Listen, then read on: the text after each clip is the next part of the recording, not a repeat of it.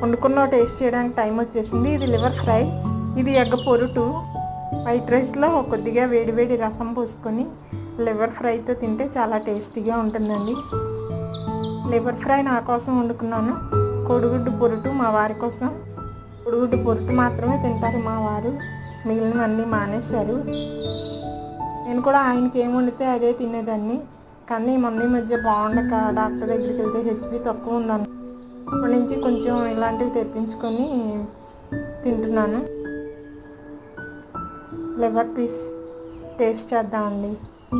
రసంతో చాలా టేస్టీగా ఉంది. నాన్ వెజిటేరియన్స్ అప్పుడప్పుడు లివర్ తీసుకోవడం కూడా మంచిదే, ఎందుకంటే హెచ్బి ఇంప్రూవ్ అవుతుందన్నమాట. హెల్త్ కూడా చూసుకోవాలి కదా. లివర్ ఫ్రై తయారు చేయడం కూడా వీడియో పెట్టాను చూడండి. Please like, share and subscribe.